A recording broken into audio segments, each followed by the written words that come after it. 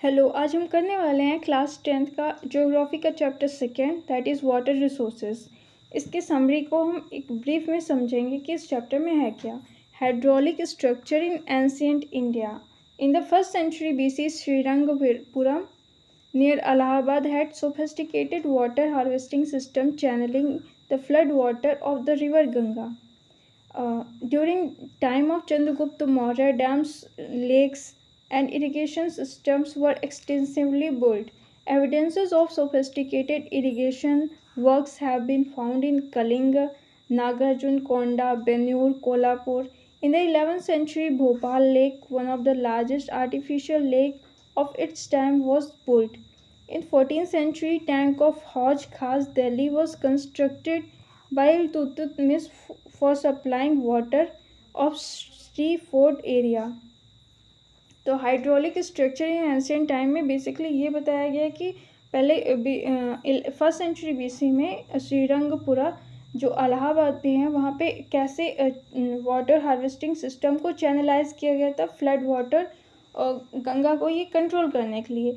और चंद्रगुप्त मौर्य के एरा में ये डैम्स, लेक्स, इरिगेशन सिस्टम को स्टेंसली बिल्ड किया गया और इसके एविडेंसेस भी है। और इन सब के अलावा भी अशोक के रीजन में, कलिंग में, नागार्जुन कोंडा, बेन्यूर, कोल्हापुर, ये सारे रीजन जहाँ पे इरिगेशन सिस्टम प्रॉपरली बनाया गया था। 11th सेंचुरी में भोपाल में one of the largest artificial lake of its time was built. 14th century में टैंक ऑफ हौज खास दिल्ली में बनाया गया। ये जो की वर्ड्स हैं हौज खास, ये सारे 1 मार्क्स के लिए काफ़ी इम्पोर्टेंट है। नेक्स्ट देखते हैं dam. A dam is barrier across the flowing water that obstruct direct or retard the flow, often creating a reservoir, lake or impoundment. Dams किस लिए बनाए जाते हैं? डैम्स इसलिए बनाए जाते हैं ताकि हम जो रिवर का पानी है उसको रोक सके, उसको अदर इलेक्ट्रिसिटी जनरेट करने के लिए, इरिगेशन के लिए और उसका फ्लो कम करने के लिए, उसके डायरेक्शन को डाइवर्ट करने के लिए। ये सारे रीजंस है वाई कि डैम्स बिल्ड होते हैं। Classification of dams according to structure, intent and purpose of height. जो डैम्स का क्लासिफिकेशन है उसके पर्पस और हाइट के अकॉर्डिंग होता है। Based on structure material use dams are classified as timber dam, embankment dam, masonry dam with several sub types. Material के according कि कैसा टिम्बर डैम, और भी कई सारे नॉर्थ ईस्ट रीजन में इंडिया के काफ़ी ऐसे डैम्स बने हैं जो कि जैसे रूट ब्रिज बना है, और भी चीज़ें हैं जो कि नेचुरल रिसोर्सेज से बने हैं। According to height can be categorize as a large dam, major dam, alternately, low dams, medium dams and higher dams. ये सारे डैम्स के कैटेगरी हैं। नेक्स्ट देखते हैं रेन वाटर हार्वेस्टिंग।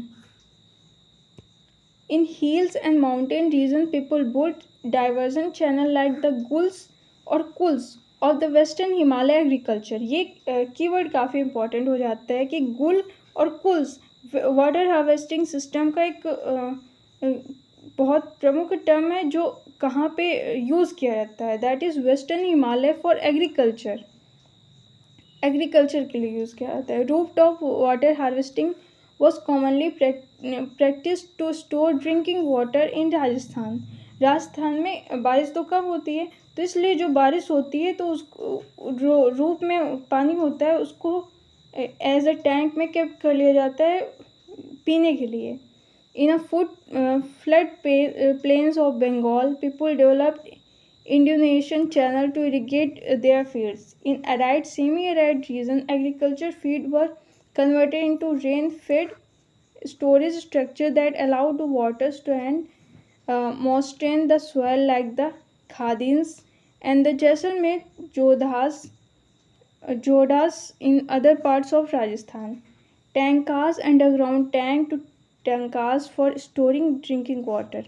जो टैंक्स होते हैं उन्हें टंकास कहा जाता है, वो अंडरग्राउंड वाटर को एज अ ड्रिंकिंग वाटर को स्टोर करते हैं। बीकानेर, पौलादी एंड बाड़मेर।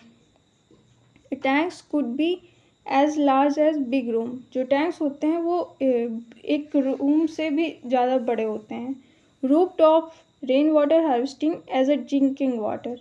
जो rooftop rain water harvesting होता है उसको हम as a drinking water use करते हैं। तो ये इस चैप्टर की समरी अब यहीं पे एंड होती है। Thanks for watching.